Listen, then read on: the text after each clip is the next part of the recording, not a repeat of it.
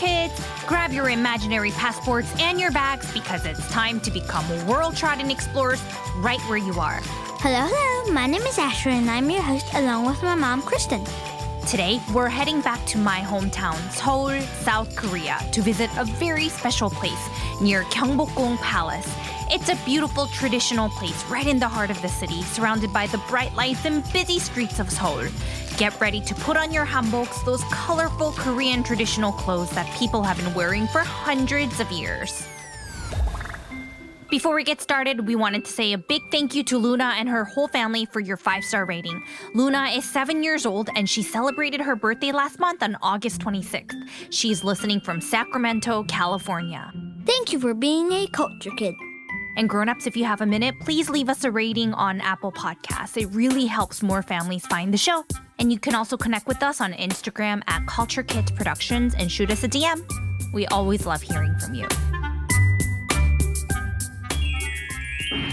Okay, Culture Kids, I am so excited to take you all back to my hometown once again to Seoul, South Korea.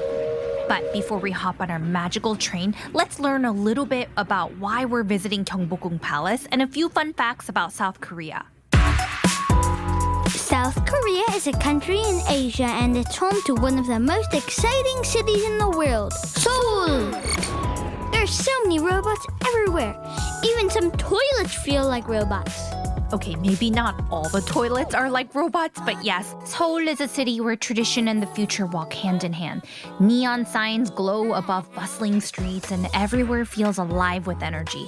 From touchscreen menus and robot servers in restaurants to spotless subway stations and sleek skyscrapers, the city sparkles with innovation. But Korea is very popular for their music. K-pop. Yes, K-pop is short for Korean pop music, and it's one of the most popular kinds of music in the whole world right now.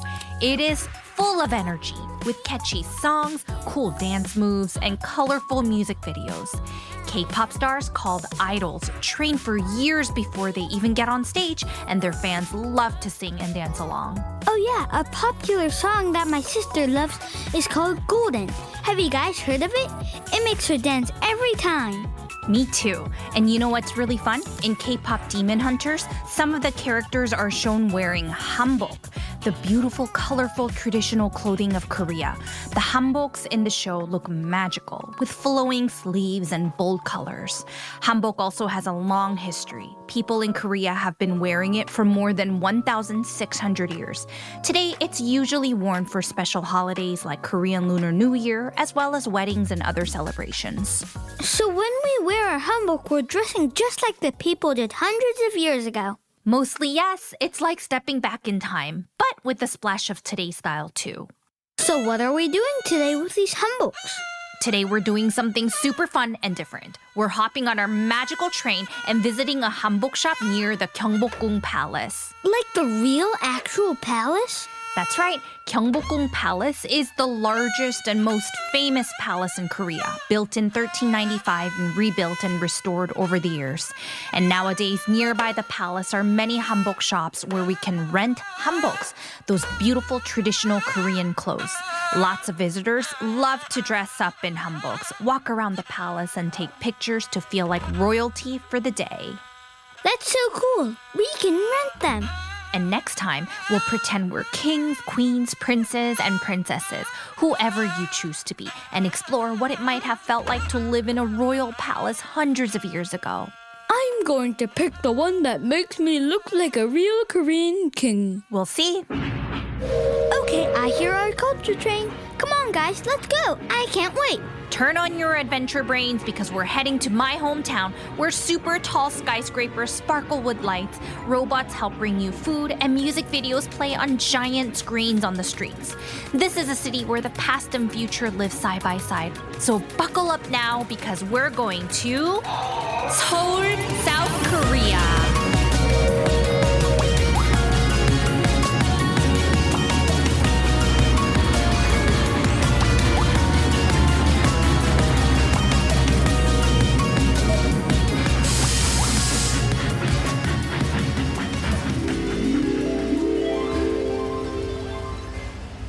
Welcome back to Seoul.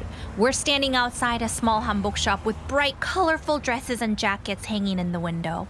The narrow streets are so clean but cozy, with little lanterns and decorations hanging above our heads, making it feel like we've stepped into a tiny storybook village. I love decorations on the streets. Even the store signs are pretty. Most are in Korean, but a lot of signs are in English too. Yes, a lot of people in Korea speak English, and this is also a very touristy area right outside of Gyeongbokgung Palace. So we may see more signs in English than other places in Seoul. Okay, let's head inside to pick out our own hanboks, learn about their history, and get ready to explore the palace dressed like royalty. 안녕하세요. Asher just bowed and said hello. 안녕하세요. This is a standard greeting in Korea. 안녕하세요. I'm John. 안녕하세요. I'm Kristen, and this is my son, Asher. We're from California, but my mom is from Korea. Do you speak English? Yes, I do. What can I help you with today? We're here to rent some of these beautiful hanboks. I want to look like a king, a serious Korean king that rules the lands. I can help you with that. We have tons of options. Come this way. Okay, culture kids, let's go check them out. Here are all the hanboks. Come look around. Wow, imagine this, you guys. We're standing in front of 2 rows of beautiful hanboks. They're shining in almost every color of the rainbow. To the right are hanboks with roomy pants and matching tops, and to our left is a long row of hanboks with big, flowy skirts and short jackets with long sleeves. Each one is so bright and colorful. So, if you'd like to try the women's hanbok, it comes with a long, flowy skirt shaped like a big bell. That's called a chima. It looks like colorful princess dresses. The skirt is really big and poofy. Yes. As you can see, it comes in many beautiful colors for you to choose from. On top of the chima, there's a chogori, a short jacket with long sleeves that ties with a neat little ribbon in the front. Chagori. Ooh, and to the left, I see the men's hanbok. It has roomy pants that are tied at the ankles, also worn with the chogori jacket. Is this what the kings wore? Well, come over this way. If you're looking for something more royal, we do have a hanbok that looks similar to what the Korean kings once wore. It's not exactly the same, but it's inspired by the royal outfits from the Joseon Dynasty. Wow, we're standing right in front of the royal hanbok now. Look at this robe. It's so long and flowing that it nearly touches the floor. The sleeves are wide and grand, spreading out like wings when you lift your arms. The fabric is bright, powerful red, a color that symbolized strength and dignity.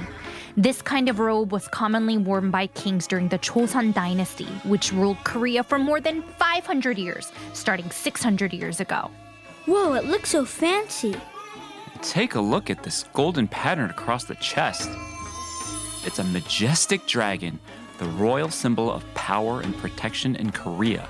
Around the waist, the king wore a wide embroidered belt that kept the robe in place and made it flow gracefully. A gown fit for the true ruler of the Joseon Dynasty. Wow, and do they wear a crown with this? Yes, kings during the Joseon Dynasty wore special headpieces, kind of like crowns.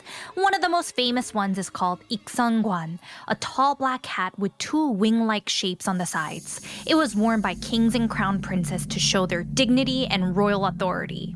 And look here, do you see this round black hat? This round black hat has a tall crown shaped like a short cylinder and a perfectly flat wide brim that stretches out in a big circle all around it. The brim is thin and see-through, almost like a window screen, while the crown stands straight up.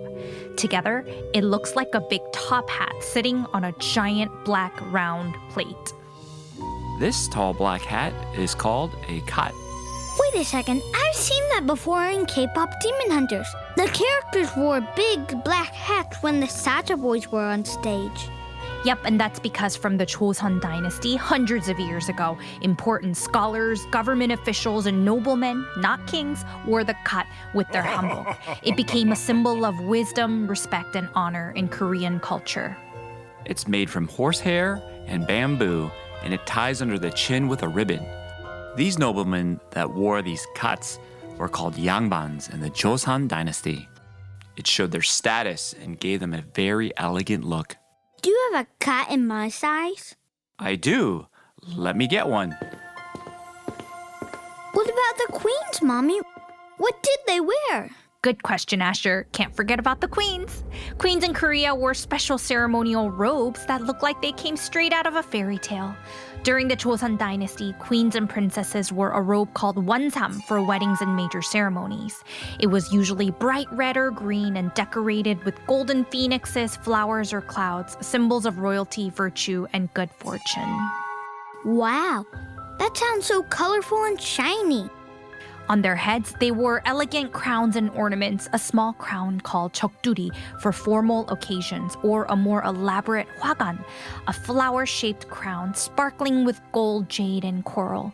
During special state ceremonies, queens also wore tall, golden crowns inspired by the designs of Korea's earlier dynasties, sometimes shaped like tree branches with jewels that glimmered in the light.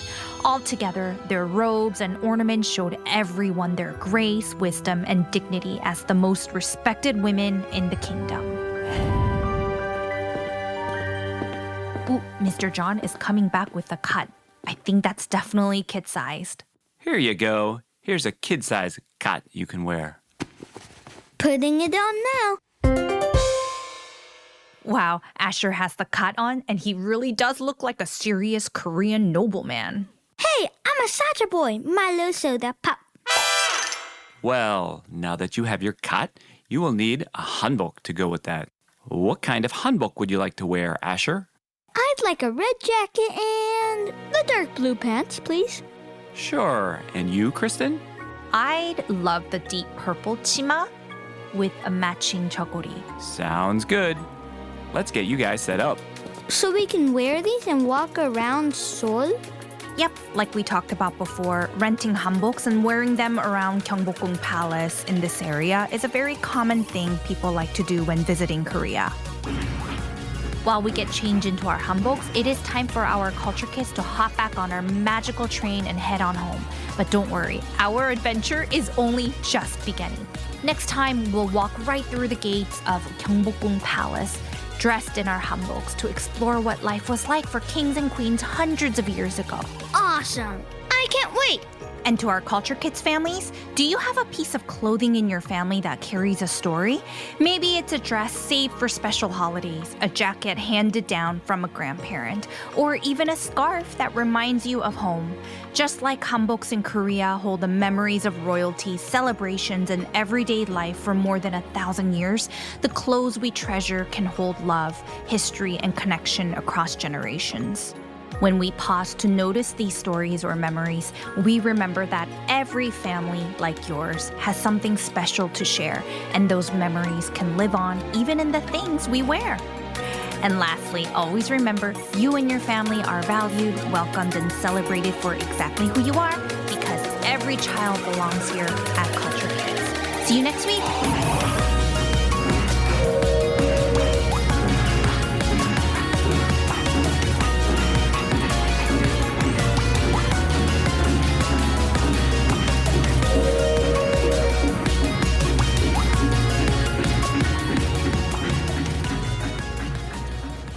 Joke time!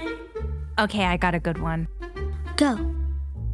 Why did the scientist wear denim? Why? Because they were a genius. Oh, I get it. Yes, genius means like you're really smart, but jeans, denim, the pants. Okay, your turn. Go. What kind of music do mummies like? I don't know. What kind of music? Rap music, get it? Oh, yes, like rap the type of music, but like mummies are wrapped. Meh. Ooh, Halloween's coming up, guys. Time for spooky jokes. Thanks for joining us today. Get ready as we head to Greece, Beijing, Dominican Republic, and so many more places around the world on our magical culture train. Please don't forget to tell just one person or more about our show. This is how you help us spread our mission and reach more families around the world to join our multicultural mindset. And yes, you are our marketing team. Thank you for all that you do, and see you next week. Bye-bye.